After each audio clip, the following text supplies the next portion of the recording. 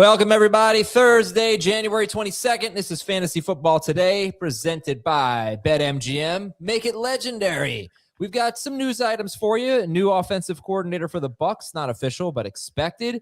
We've got some DFS lineups for you, and we've got players with big upside in 2026. Good morning, Dave. What's up, dude? Morning, Jamie. Morning. Morning, Heath. Hey. How's it going? All right, so let's go right to the news and notes. Bam, here it is. Sam Darnold still got this oblique injury. He'll play. But will he have a left tackle? I assume someone will line up there. Will it be Charles Cross? Charles Cross left last week's game with a foot injury, did not practice on Wednesday. Two backup left tackles also missed practice. And by the way, George Halani appears to be Seattle's number 2 running back this week against the Rams. The Broncos got good injury news. Pat Bryant, Troy Franklin, J.K. Dobbins, they all practice. Doesn't mean they'll play, but they all started the week with a limited session. And Denver center Luke Wattenberg has a chance to play this week as well. So that's wonderful. Let's get to this. Dave, Tampa Bay is set to hire former Falcons offensive coordinator Zac Robinson as their new offensive coordinator. How do you feel about Zac Robinson being the new offensive coordinator for the Bucs? I'm not super optimistic about it. He had his first bite of the apple as a play caller for the Falcons, and I don't know if he did anything that was really special other than doing what we would have hoped anybody would do, and that is lean into Bijan Robinson as a receiver. I'm sure he will find his way to using the good talent that Tampa Bay keeps this offseason into next season, and those guys will be counted on. But I'm not ready to anoint anybody in this Tampa offense or give them extra hype just because Zac Robinson is the new play caller. I'm not excited about this. I think the good news is it's not bad news. It's basically the same system, same pedigree. I think we'll see a lot of very similar things. I think the best hire for Baker was Kevin Stefanski to the Falcons. That's two games next year. We know we're starting Baker, no questions asked. And then last news item is that Houston expects Tank Dell to be back for the start of the offseason program. It's great. Heath, what's coming up on FFT Dynasty? Rookie Mania. It's we're moving into that season. I've got the Couch Scouts coming on tomorrow to talk about the 2026 rookies that we think will be drafted in round 1 of the NFL draft and just how good they will be for Dynasty. How many wide receivers are we thinking? Do we know? Are we going to find that out on Friday? I think we'll find out more of that out tomorrow, but 5-ish. Really?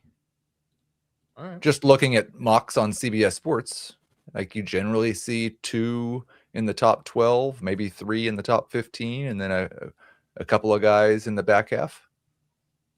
Seems like a good year to have picks 11 and 12 in your rookie draft. I was on Theo Grimminger's show yesterday, and we both agreed that like all of the bad talk about the 2026 class, the top half of the first round is probably still going to be really great.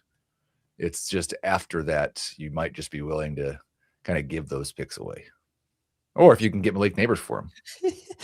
You have to throw it a little bit more, I hear. All right, so today we're going to talk about players with big upside, 4 from each of you. And we'll start with Heath's, and then after the break, we'll do this segment, and then second half of the show will be our conference championship previews. Players we love, players we're avoiding, DFS lineups, and predictions.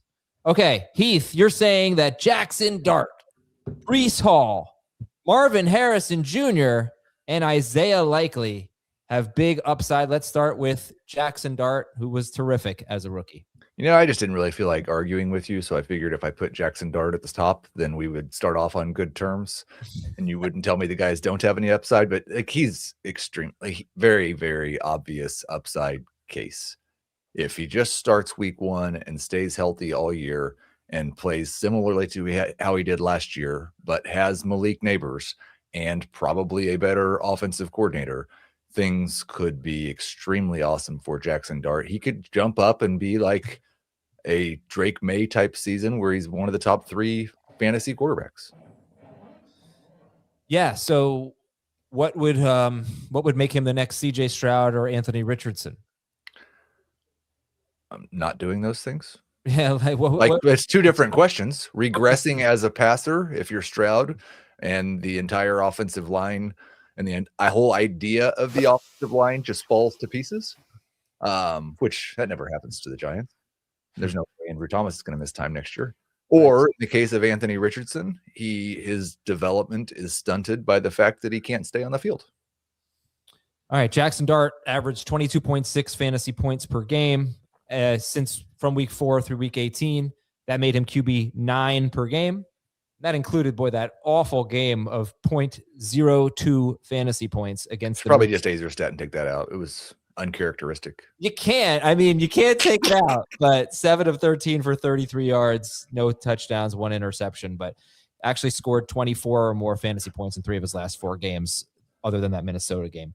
Breece Hall, interesting. So why'd you put him on your list of big upside guys? Because he's freaking awesome, and he's been stuck in a disaster of a situation, and they may franchise tag him and just keep him stuck. But if he gets away from the Jets and is on a good offense, this is a guy who could have 2,000 yards from scrimmage. This is a guy who could score 15 touchdowns. He is a fantastic player who's been in an awful situation. Everybody agree with that? Totally. This was his worst year as far as PPR points per game. He averaged 13. And in the years prior, it was 16.4, 17.1, 15.1. So he's been pretty close to being a very, very good fantasy running back. I think the hype train will take off if he does change teams, goes to a squad where he's going to get a lot of work, clear workhorse back. Everyone will buy right back into Breece Hall. And I think it's worth saying, this was his worst year, and he averaged 4.4 yards per carry and 9.7 yards per catch. That's his worst fantasy season. He's got 18 rushing touchdowns in his career. That's how many Jonathan Taylor had this season. All right, Marvin Harrison Jr. Now, this is an interesting one here, because I would say, what has he shown that makes you say Marvin Harrison Jr. has big upside? Good job, by the way, leading off with Dart and Hall. Because now I'm going to disagree with you here. I hope you're right. But Marvin Harrison Jr. explained. Yeah, I think that the hope would be, we saw little glimpses at times early in the season of them using him more as an intermediate wide receiver. He gets a new offensive system where he's what if Kubiak goes to Arizona and Marvin Harrison Jr. gets to play the JSN role? Boom. I think he's good enough to do that still. I don't think the offense that he's been in and the quarterback that he played with, he didn't play near as much with Jacoby Brissett, really gave him the best chance to show that he was worth the draft capital that was spent on him. I still think he has elite upside as a player. Jamie, do you think Marvin Harrison Jr. has elite upside? I don't know if I use the word elite. He definitely has huge upside. And, you talk about the games that he played with Brissett, 3 games where he was healthy, had at least 7 targets, averaged 16.6 PPR points per game in those 3 games. So I think you look at what Brissett was able to accomplish with Michael Wilson, and you wonder if that could ever be Marvin Harrison, because pocket passer, focusing on one guy, that guy delivering in just immense ways. And so, yes, that could be what Harrison can turn into. But I think he definitely belongs in this category, because if he can get to that 16 to 18 point per game range, he's a borderline top 12 fantasy wide receiver easily, so. I'm sorry. Go ahead. I think he's somebody that is going to be fascinating to draft next year, depending on who the coach is. And if they stick with Brissett as the bridge quarterback to eventual younger quarterback rookie, or is Brissett just the guy for the year?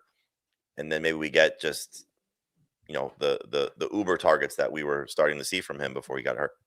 How many targets does a receiver need to average for him to get to that 16 to 18 PPR point per game range?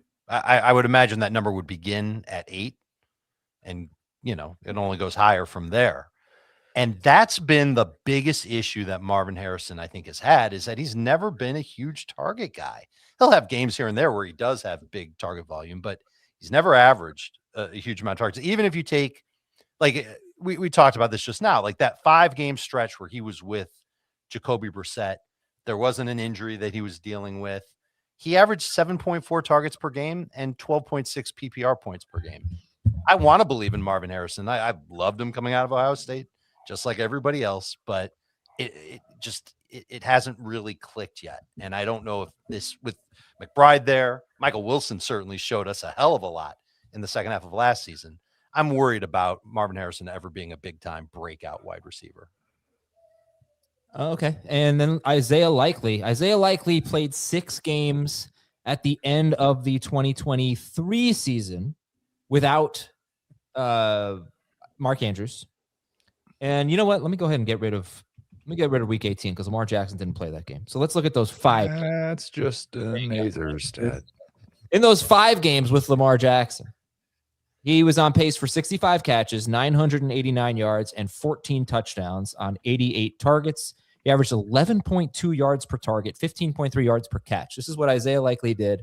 Phenomenal stretch down the stretch of the 2023 season with Mark Andrews out and Lamar Jackson at quarterback. So we didn't see a ton of volume there, but there's Baltimore. But we've seen he's a really good player, Heath. So what are you hoping for Isaiah Likely? If Travis Kelce retires, Kansas City. If Travis Kelce keeps playing, Atlanta. I think at either one of those spots, he's probably a top 5 or 6 tight end by the time we get to August in ADP. Yeah, let's go. I love it. I'm going to leave it at that. Self-explanatory stuff. Isaiah Likely is a good player. Give this man some targets. Give him an opportunity. If he departs Baltimore, do we consider Mark Andrews in our top 12?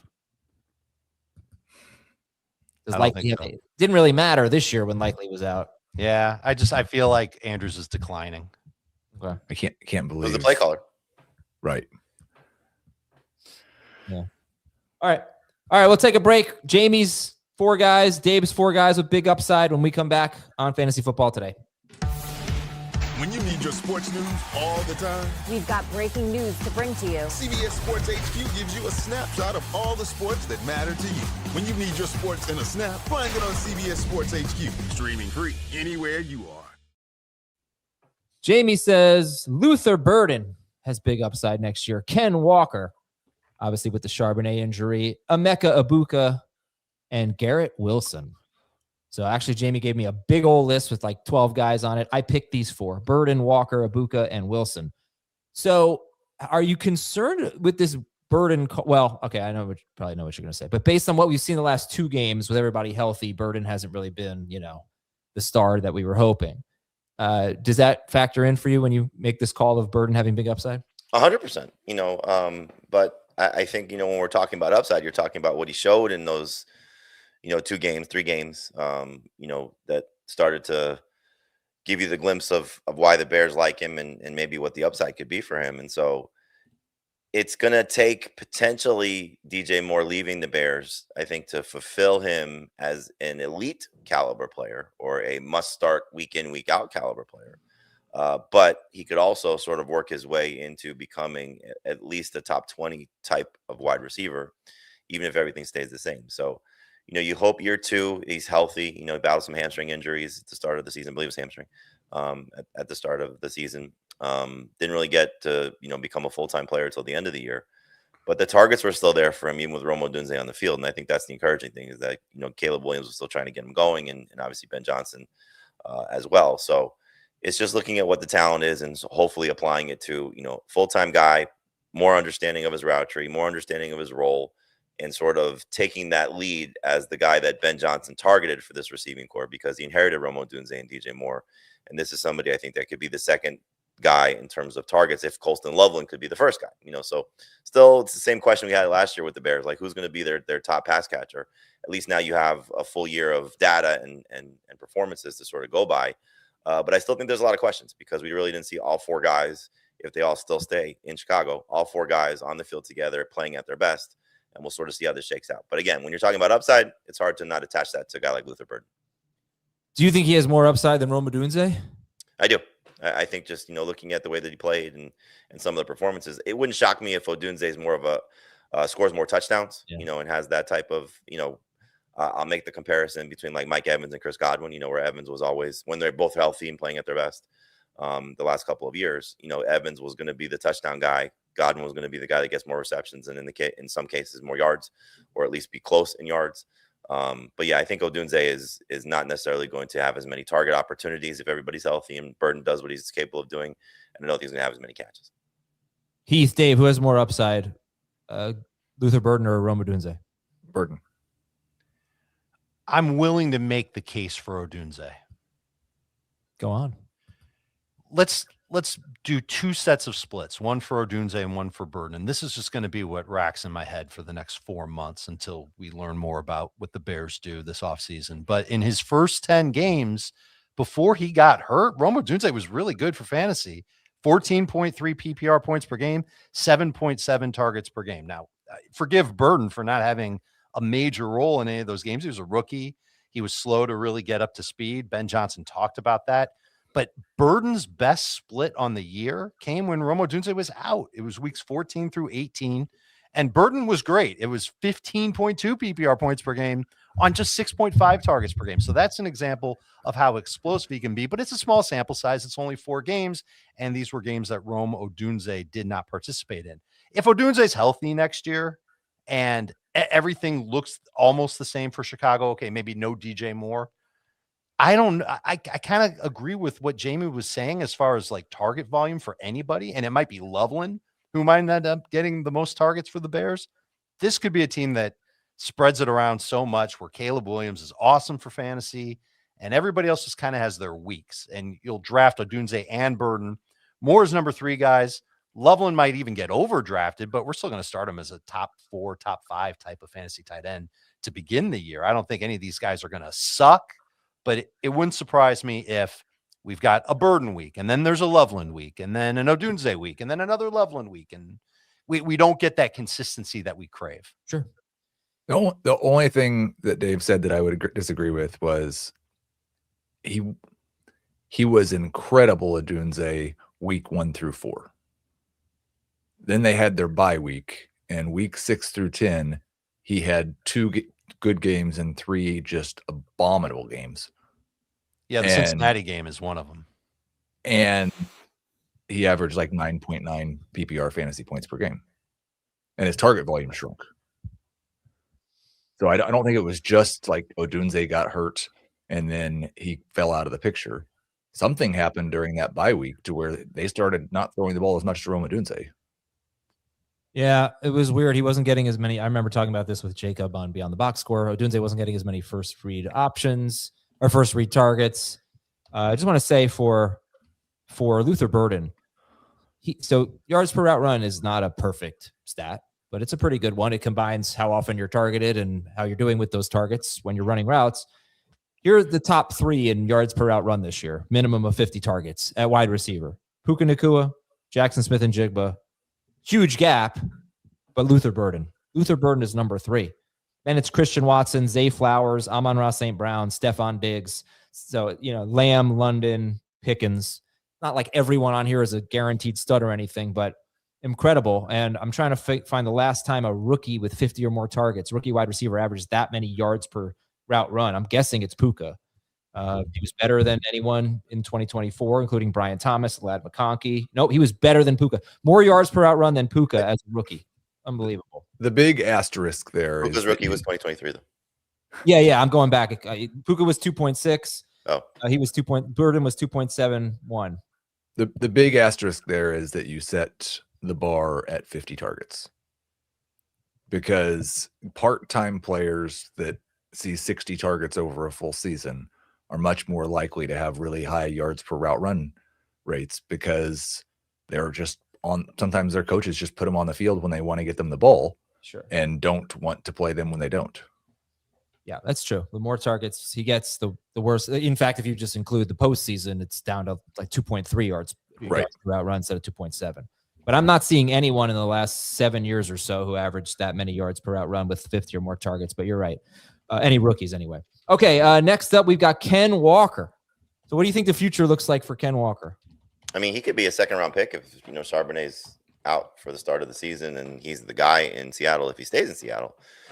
Clearly, it's a question mark right now because he's a free agent. So will the Seahawks want to keep him? Will they give him the franchise tag? Will he not want to come back after, being not necessarily the featured guy I'm sure that he would have liked and losing some touchdown opportunities? But I think if he sees the path to what he could become on a short-term deal or even, becoming the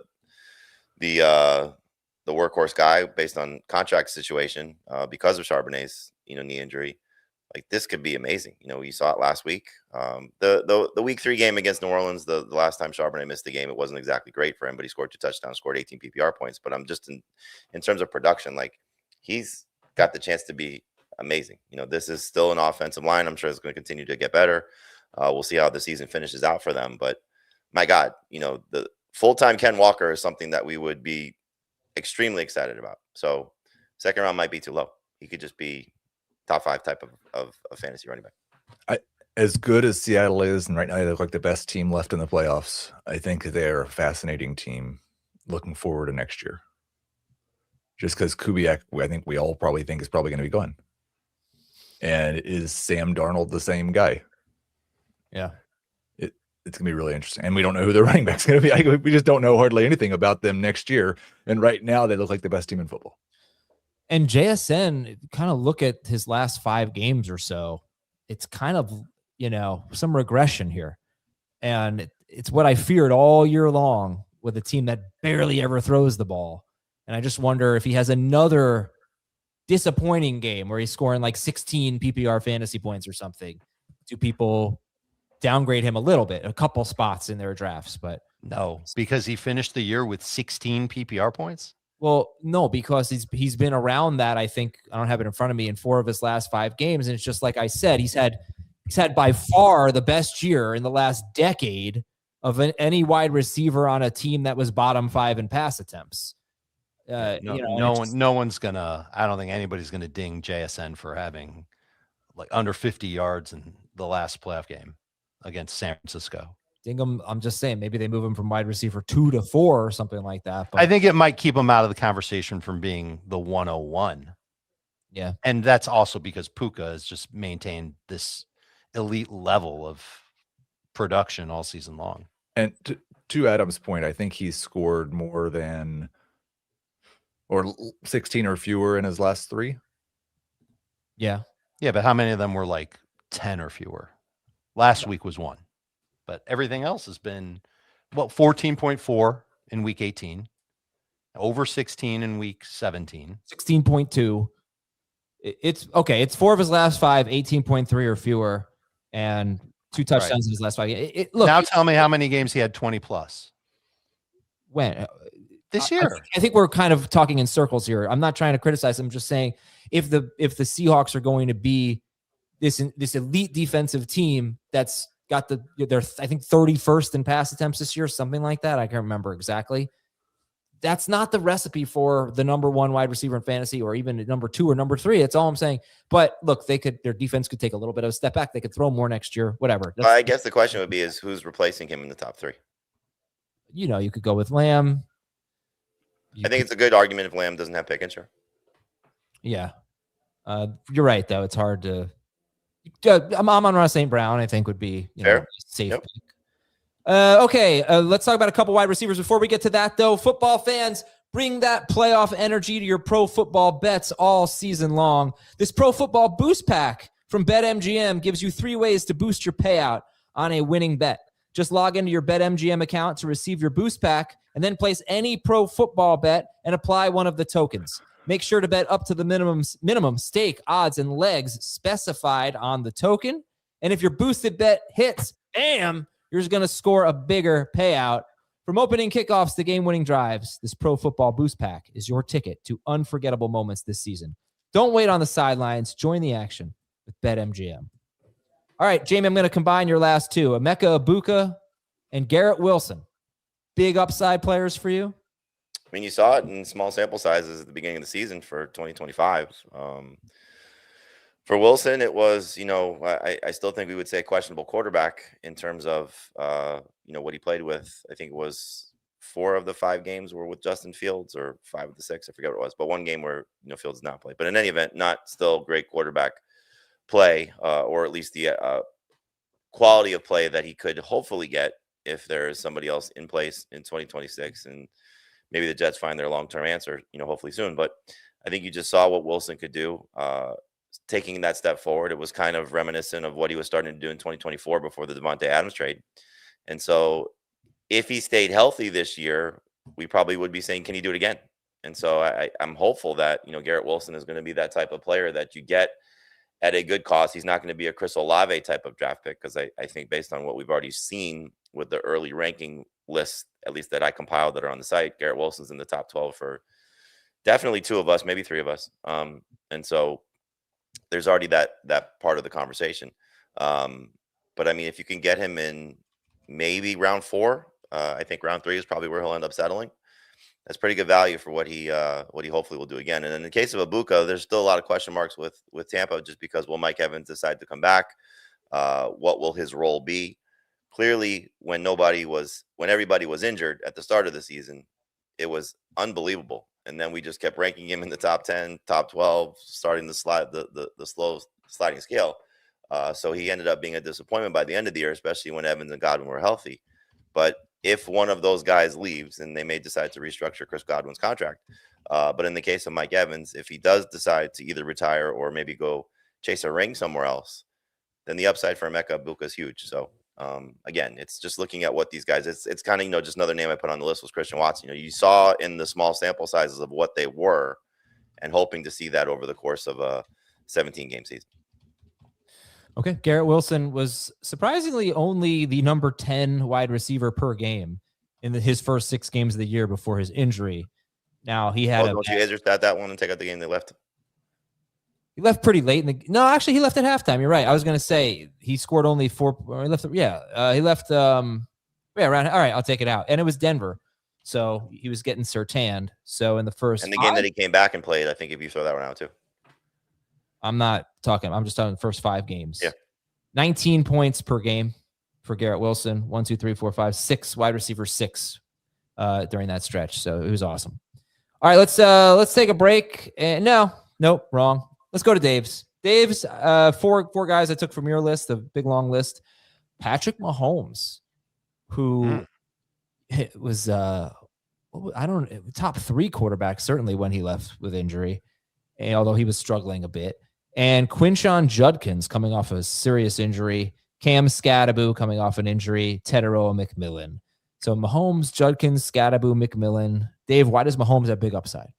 Well, we saw it in the first half of last season. And I mean, I consider 28 fantasy points per game from a quarterback to be really, really good. He averaged that in his first 6 games without Rashee Rice. That's amazing. And then when Rice came back, there were 2 more games where he was awesome. His average actually went up to 28.8. And then offensive line injuries started to hit Kansas City pretty hard, and it fell apart. And from week 9 on, 16.6. He cost a lot of people a fantasy playoff run. And of course, he got hurt, had surgery right away. I don't know if everybody's expecting him to be ready for week 1 or certainly ready for training camp. But when it comes to quarterbacks coming back from ACLs, I feel like there's a decent chance that he'll be ready to go. I would imagine that the receiving core will be okay, if not great. We don't know what's going to happen with Rashee Rice. We don't know what's going to happen with Travis Kelce. But we do know that Kansas City will spend the offseason bulking up that offensive line, making sure that it's as deep as they can make it. And so if they do incur an injury or 2, they can overcome it and Patrick Mahomes can still be good. But on top of that, we've been doing our mocks. No one's taking Mahomes anywhere near where we were taking him for like the last 6 years. So if he's going to be available with a mid to late round pick, okay, I guess I'll just take Patrick Mahomes. And I might even take him with a second quarterback late. Someone even like Justin Herbert, who people are reluctant to draft. I would love to begin my season with those 2 guys on my fantasy team because they both have top 5 upside, especially now with Herbert, given Mike McDaniels being there in LA. That's awesome. I love that fit. And those 2 guys, Mahomes certainly has mega upside. Anytime you can draft somebody with huge upside in the back half of a fantasy draft, you do it. So do you like Mahomes if Rice is suspended again and Kelsey's retired and he comes off an ACL tear? Tell me more about what that receiving core looks like. Are you telling me that they're going to do absolutely nothing and that they're going to roll out? I mean, A, we don't know if Rice is getting suspended. B, we don't know what the length of suspension would be. So if they're not going to make a splash at receiver, let's just say they bring back the same cast of characters and we're starting the year with, I mean, obviously it could be Isaiah Likely, but let's say it's Noah Gray and it's Marquise Brown, Tyquan Thornton, and not as sexy. No question. And then Mahomes is coming off an ACL tear. I don't disagree with the sentiment of taking him late. I just don't know if there's a ton of upside here for what. Yeah, he won't be as exciting if the receiving core is as vanilla as you just made it out to be. I think the bigger problem for me with Mahomes' upside is like he's got 300 yards rushing each of the last 6 years. Yeah, that's out And the window. He's averaged probably 3 touchdowns per year in that stretch too. And we might see a season where he runs for like 120 yards. Right. Yeah. I was going to say that. Yeah, he averaged 30 yards rushing per game this past season, 2025. That's by far a career high, and he might have a career low next year. So yeah, I would bet that he doesn't average 30 yards rushing until December. And somebody's asking about Rice in the chat. I think a lot of people are probably like, as far as I know, when I was trying to look into it, there's no legal implications at this part, right? Nope. No, No. there's nothing yet, but suspended once and code of conduct and whatever the NFL can decide they want to do. I do think the interesting thing for Mahomes, his best years came with Eric Bieniemy as the quote unquote offense coordinator. Now he's back. Yeah. There was just a social media post from Tyreek Hill saying he'd be back in Kansas City. So is that somebody, if he's let go, does he go back to Kansas City? And maybe that's the second half type of guy that can make some plays. I don't think anybody's going to be excited about him too much as a fantasy option at his age, coming off a significant injury as well. But he'll get. I'm not talking about his fantasy value, but what he does for the passing game there. Like there's a lot of different ways it can go. It really could be great. I just can't imagine the Chiefs could deal with the media coverage of bringing Tyreek Hill back in the midst of the Rashee Rice stuff, because Hill's had a ton of allegations in the last year also. Yeah. I would just think that if there's a team that can handle it, it's a team like that. The media coverage there is clearly not the same as it is in most major markets. And yeah, I don't think it'd be the local guys that would be the problem. I think it'd be every national show. Yeah. I don't think they care. Yeah, it hasn't been really. This is the same franchise that dumped Kareem Hunt for domestic violence and then brought him back and kept him and sent him to another contract. Well, he rehabilitated himself quite a bit. Yeah, he did. And that's good. And I think the opportunity could be there for these other guys to say, well, I don't know if it'll happen so quickly for Rice, but again, we don't know if there's a suspension coming for Rice. So far, it's only been allegations on social media. Hopefully it's not true. If it is, I'll say it again. This is the franchise that cut Kareem Hunt for domestic violence. I would imagine they'd consider something similar for Rice if this is all facts. Okay. Dave, we'll take a look at the rest of your list after this break. And when we get done with that list, we'll talk about this weekend's games. We'll be right back. The new era of UFC on Paramount Plus comes out swinging. Show-stopping highlight machine Justin Gaethje collides with Liverpool phenom Paddy Pimblett in a must-see main event for the interim lightweight belt. This is how I get down. And Hall of Famer Amanda Nunes returns. She's the best ever. To take on bantamweight champion Kayla Harrison in the biggest women's title fight of all time. UFC 324, Saturday, January 24th, only on Paramount Plus. So you've got two running backs coming off major season-ending injuries as big upside guys, Quinshon Judkins and Cam Skattebo. The Judkins injury really kind of scares me a little bit. I don't know about the upside there, but I don't know. How do you feel about those guys? The hope is that they spend the offseason rehabbing and getting themselves back into the type of player that they were pre-injury. Sounds like the Giants are pretty optimistic that Skattebo will be ready for offseason workouts. That's great. Judkins got hurt late in the year. I don't think we'll hear a report on him anytime soon about him being ready for the start of offseason activities. He probably won't even partake in those. And then training camp. When I think about Judkins, I think about how he's a workhorse back. Things are changing in Cleveland. They've got a ton of issues on both sides of the football that they need to address. And they've got some salary cap concerns too. So I would imagine that they're not going to throw a lot of resources to try and improve their run game. And they're just going to hope that Quinshon Judkins is able-bodied and ready to handle a solid workload. And I thought we saw a lot of good things from Quinshon once he got rolling in Cleveland this year. As for Skattebo, we definitely saw some great things for him. My goodness, he averaged I think it was over 19 PPR points per game during his stretch as the lead running back. I have it somewhere, 19.1 in 6 games where he played 30 plus snaps. Small sample size, but I think if he's right, he will be counted on to do more than play just 30 snaps. We saw how crazy John Harbaugh went when he got Derrick Henry, and that's obviously not the same type of running back as far as like legendary crusher versus a guy who's only played 1 year, but physical running back who can certainly be a factor in the red zone and get a bunch of goal line carries, score a bunch of touchdowns, help our fantasy teams win. Plus Skattebo has the added benefit of being a good pass catcher, has that chemistry with Jaxson Dart. I am really hoping that we hear nothing but great news on Skattebo all offseason long. He was drafted, I think he was a round 3 pick in our full PPR draft, last pick of round 3. I said this after the draft. I think it's really easy to draft Skattebo in that range. Maybe round 4 would be a little bit better, of course. But if you get him and then whoever his backup is, that's a pick closer to the double-digit rounds. And you roll with the Giants RBs as your number 2 option on your fantasy team this year. I think that'll pay off, especially with the offensive line. Good this past year, probably going to get better. I'm going to like what this coaching staff ends up delivering. And Skattebo has just proven to be really, really productive and really good for this game. All right, last one for you. It's Tetairoa McMillan. McMillan. Yeah. Do you have enough faith in Bryce Young? Does he even need Bryce Young to take a step forward for McMillan? He does. Realizes Yeah. I mean, he needs Bryce Young to take the step forward, and he needs the team to wake up and realize, all right, we've got to feed this guy the ball like he's one of the best young receivers in the game, because he is one of the best young receivers in the game. He 10 games last year with 7 or more targets. He only had 15 PPR points or more in 4 of them. That needs to improve. And I think part of that is going to be, all right, is Carolina going to dedicate themselves to making McMillan a bigger part of the offense? And I think they don't have a choice. I think they have to, because Coker's great. Their running backs are a huge question mark right now. We don't know what they're going to do there. I think their offensive line is good. I think it can get better. I think Bryce Young can get better.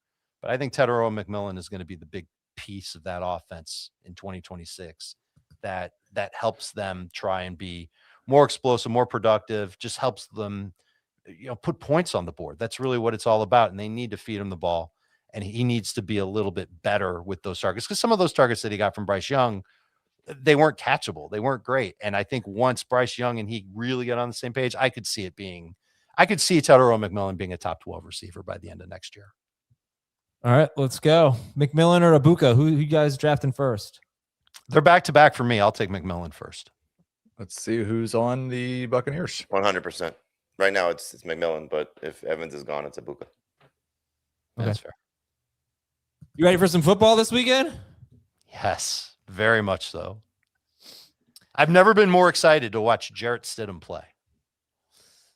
It's a shame. I'm not gonna lie, I'm not all that excited for the games, but it's obviously I'm gonna be watching. Usually this is oh man, I love this weekend. Over under 1.5 naps for you during the day.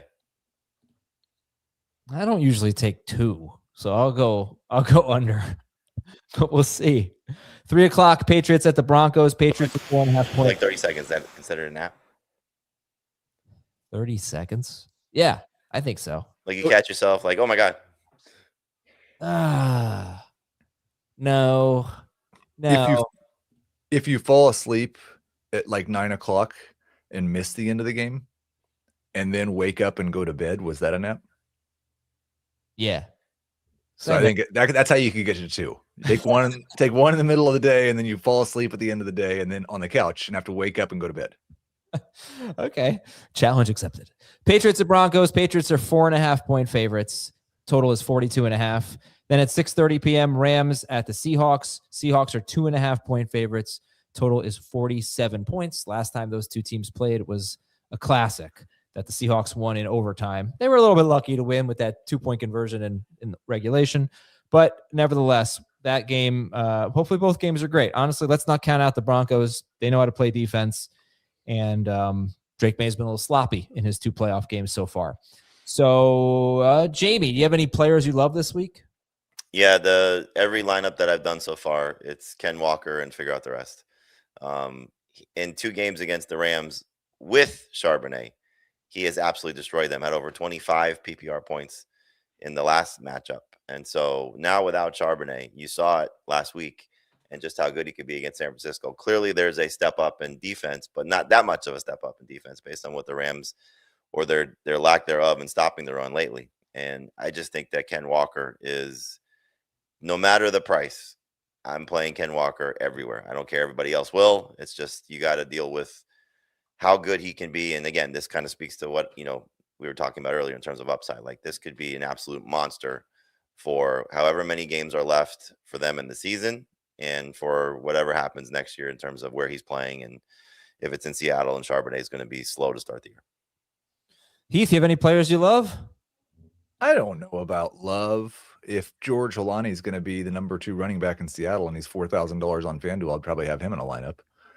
There's another running back, just real quick. That's I think same price on FanDuel, and it's J.K. Dobbins. So if he ends up playing, it'll be a good way to save some cash. Go ahead, Heath. I think Demario Douglas, who scored a touchdown last week and will not have to face the outside corners of the Broncos, somebody that I could see throwing in a lineup. Terrence Ferguson, a cheap option. I'll probably go with a Seahawks stack with Darnold and JSN and Walker. And I think you could play Walker and Holani. And I'll probably play Puka too. Oh, wow. Ambitious. Dave, players you love? Denver's run defense in their last 4 games, not including week 18, so throw that one out, have given up 4.5 yards per carry and a 9.6% explosive rush rate. Ramondre's healthy. He's looked good. He's played well. He's getting the lion's share. I don't know about lion's share, but he's getting a slim majority of work, or at least snaps, ahead of Travion Henderson. And while he's not cheap, it's crazy. Like on DraftKings, Ramondre is just a little bit less than Walker.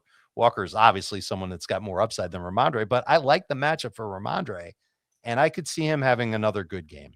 So I've built a couple of lineups with him in it, hoping that he comes through for a touchdown and kind of maintains that rushing presence for the Patriots. I like him quite a bit.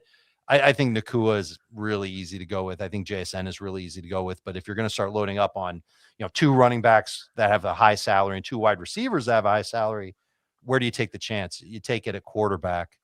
And I have found myself gravitating toward a Seahawks stack, which means I'm starting Sam Darnold, which really doesn't sound ideal. But I don't mind how he ended up in that second game against the Rams. And it wouldn't surprise me if this ended up being a little bit of a high-scoring game between the Rams and the Seahawks. And so Sam Darnold's kind of the quarterback I prefer, given that he's not one of the most expensive guys on the board. So if you think the Rams are going to score 20 or more points, and I think that's a safe bet. Look, the total's 48, 49, whatever I said it was. Let me double check on that. 47, sorry. So they should probably score 20 or more points. Sam Darnold, when his team has given up 20 or more points, in 5 games this year, he scored 21.7 or more fantasy points in 6 point per passing touchdown leagues in 3 of those 5 games, including that one game against the Rams. But that was a little bit lucky, obviously. He was playing pretty poorly until overtime, basically. He scored 23.5 in that game. So that's not bad, though. 60% of the time when his team is allowed 20 or more points, Sam Darnold's come through with a good game. It's obviously contrarian to play Broncos. Does anybody want to play any Broncos? I don't know that, like, Jarrett Stidham might be a solid backup quarterback. He had some a few years ago. He's not like a bum, right? Nope. He's not. I didn't think he was cheap enough. No, I don't want to start him, but I don't know that you have to get away from every Broncos receiver, basically. Well, I think the injury report's going to be telling, because if both Bryant and Franklin are out, or if one of the 2 are out, you saw what Marvin Mims just did. You saw little Jordan Humphrey have the chance for 2 touchdowns. He scored 1. So Sutton is probably the one you want to avoid just based on his cost, and that's probably where Gonzalez goes. So if you're looking at it just logically, like, take some chances on the other guys. Like, Dave said, playing the running backs. Like, I have a lineup actually with Puka, JSN, Walker, and Stevenson, and you got to be a little creative. And so doing that, I'm playing little Jordan Humphrey, just because, again, I think he'll still be involved to some extent. And if those 2 guys are out, he'll be involved in a big part of the game. So I don't know. I think the other guys there, I have another lineup where I have Marvin Mims in it, so it's just, you take chances on the cheaper options for the Broncos and just kind of hope for the best. What's the pivot if both Franklin and Bryant are active for the game? Still the same. I mean, I said this last week, like, not really factoring, Humphrey, but I think we've seen from Denver, certainly throughout the course of the season, we had the pocket of the Troy Franklin games. We had the pocket of the Pat Bryant targets. He really wasn't producing, but he was involved. And so with Sutton struggling, he's really been bad the last month. And now facing Gonzalez and with a backup quarterback. I always think, because we see it, whenever you get a backup quarterback, who's he been working with on the scout team? Well, it's not Sutton. And then who's it been that's probably seen the most time over there of these guys? To me, it's probably Humphrey. And so that's a guy that I like a lot. Marvin Mims is always going to be give you an opportunity for a big play. And so he's worth using also. And so with the other two guys being less than 100%, I just would avoid them. Now, again, could be wrong. Could be the wrong way to go, because if they are healthy, they'll still get opportunities. But I think you just look at it. This Patriots defense is really good. There's not going to be a ton of, I think, confidence in these guys. It's just a matter of, can somebody make a big play or two? Can somebody find the end zone? And that's the kind of guys that you're hoping for. And then you start to look at just what the price is. Oh, man. Since Christian Gonzalez missed a few games earlier in the year, but since he came back, man, they have been so good against wide receivers. So that's why Sutton, even if they had Bo Nix, Sutton might not be a great play. And by the way, on FanDuel, Pat Bryant is actually cheaper than Lil Jordan Humphrey. And Bryant's in my lineup right now just because you need some cheap players with a 2-game slate. He's in the concussion protocol. When a guy gets a limited session in on Wednesday in the concussion protocol, that's a pretty good sign. But if he doesn't play, I'll just go to Lil Jordan Humphrey in my lineup. So that brings us to Heath, some cheap players. You mentioned Terrence Ferguson. Were there any other, I need some cheap players. Are there any good ones that you wanted to recommend? I think I mentioned 3. I mentioned Terrence Ferguson, I mentioned George Alani, and I mentioned Demario Douglas. Yeah. And those would be the 3 cheap players that I would probably play. I'll give you a couple on each site.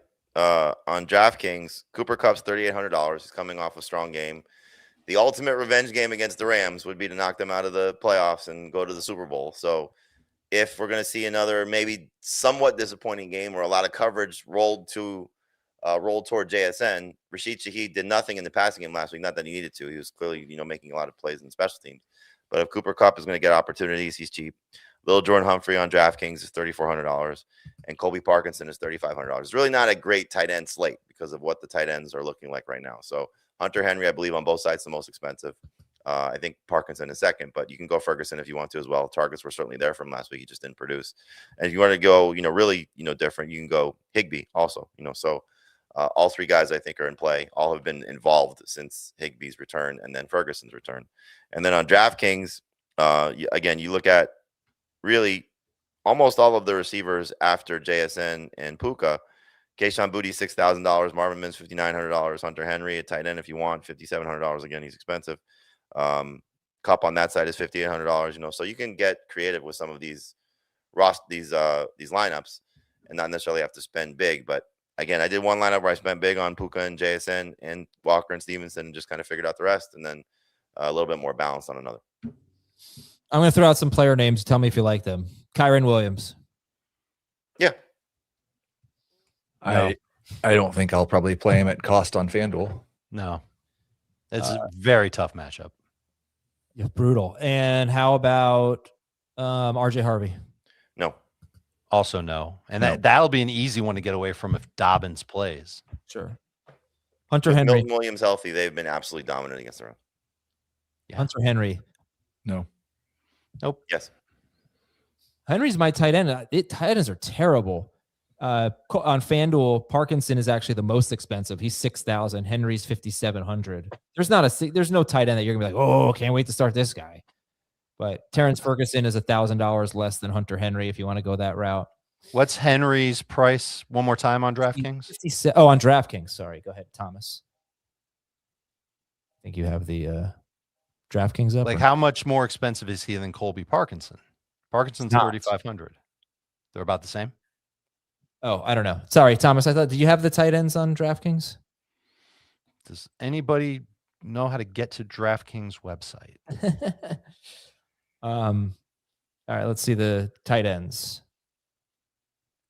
Henry's a lot more expensive. My bad. $4,800 for Henry. Parkinson's $3,500. So Henry has a 16% target per route run rate against man coverage. Denver plays a bunch of man coverage. He's always been more efficient against zone. I'd rather go cheap and play Parkinson versus Henry. Yeah, I agree, except on FanDuel, Parkinson's more expensive. So Henry's going to be my tight end on FanDuel, and Parkinson's going to be my tight end on. I'd much rather just pick a cheap tight end that I can pray scores a touchdown. How about AJ Barner? I think that's Wouldn't what he you're doing with qualify? the expensive tight ends too. He crushed the Rams. Barner's the second most expensive tight end on DraftKings. Really? That's weird. Yeah, and he's up there on FanDuel too. I think he's the third most expensive. Well, it's weird if you think of it as AJ Barner being the second most expensive tight end. It's not weird if you think about the guys that are behind him. Yeah, It's a terrible slate. it is. Okay, so all right, let's just break down some lineups, I guess. Then, who's got lineups? I have two. I think I gave mine already. You gave the whole thing. Uh-huh. You Okay, I'll do it again. Go ahead, Jamie. Go ahead, Jamie. This is a DraftKings lineup, Ram stack. Stafford, Walker, Stevenson, Puka, JSN, Cooper Kupp, Colby Parkinson, Little Jordan Humphrey in the Patriots defense. One more time. Stafford at quarterback, Walker and Stevenson at running back, Puka, JSN, and Cooper Kupp at receiver, Little Jordan Humphrey at flex, Parkinson at tight end, and Patriots DST. That's DraftKings. Mhm. Okay, your other lineup? It's more of a Patriot stack. So Drake May quarterback, Walker and Stevenson at running back again, JSN again, Kayshon Boutte, Marvin Mims at wide receiver, Henry at tight end, Kupp at the flex, and the Rams defense. Heath, what do you got? I've got a Seahawks stack: Darnold, Walker, Halani, JSN, with Puka, Demario Douglas, Terrence Ferguson, Travion Henderson, and the Broncos defense. So you both are getting Puka and JSN in lineups. Yeah. Okay. I am too. Excellent. So I have a Patriots stack on FanDuel. I have Drake May, Stephon Diggs, and Hunter Henry. And I have the Broncos DST, so that doesn't really sound great. It makes no sense at all. I didn't have quite enough money for the Patriots DST, but I wanted to get them. I could go with any DST other than the Patriots. But I mean, look, you get some sacks, get turnover or something like that. But still, I think Drake May can have a good game. And you look at just talking about the Patriots in general or Denver's defense. This is why what I said the other day, I just don't think the Broncos are anything like the Texans. I'm not even sure they're the Chargers defense right now. Maybe they'll prove me wrong, but the Colts scored 29 points. The Chargers scored 23. The Cowboys scored 24. The Chiefs scored 19. The Packers scored 26. The Jaguars scored, more than 24. I have 24 here, but they scored more than that. I don't remember. Yeah. And the Bills scored 30. So I'm not seeing them shutting down really good offenses here. I like the way the Patriots are playing. The only thing that's prevented Drake May, his last two games have been against the Chargers and the Texans, two of the toughest matchups. The only thing that's prevented him from having, big games are the fumbles, the turnovers in general. Clean that up and he can have a nice game here. So I have May, Diggs, who's running just about every route lately, and he'll play in the slot, and Kayshon Boutte and Hunter Henry. Okay, I forgot about Boutte. So I have 4 Patriots, so can't start their defense. How could you forget about Boutte? May, Boutte, Diggs, Henry, Ken Walker, Blake Corum, Pat Bryant, and Puka Nacua. Forgot about him. He's my flex. And I guess I'll probably put the Rams DST in there. But yeah, May, Walker, Corum, Diggs, Pat Bryant, Kayshon Boutte, Hunter Henry, Puka Nacua at flex, and the Rams. I have $1,000 left, so can I upgrade? Oh, so close to being able to get Ramondre in there. So if I got away from Hunter Henry, I could get Ramondre in there. A good statement after Adam's little internal dialogue there. It's a really good idea if you're playing in a tournament and trying to be contrarian to not spend all of your money, because there's going to be very few actually unique lineups, and there's going to be even fewer unique lineups that are within $300 or $400 of the salary gap.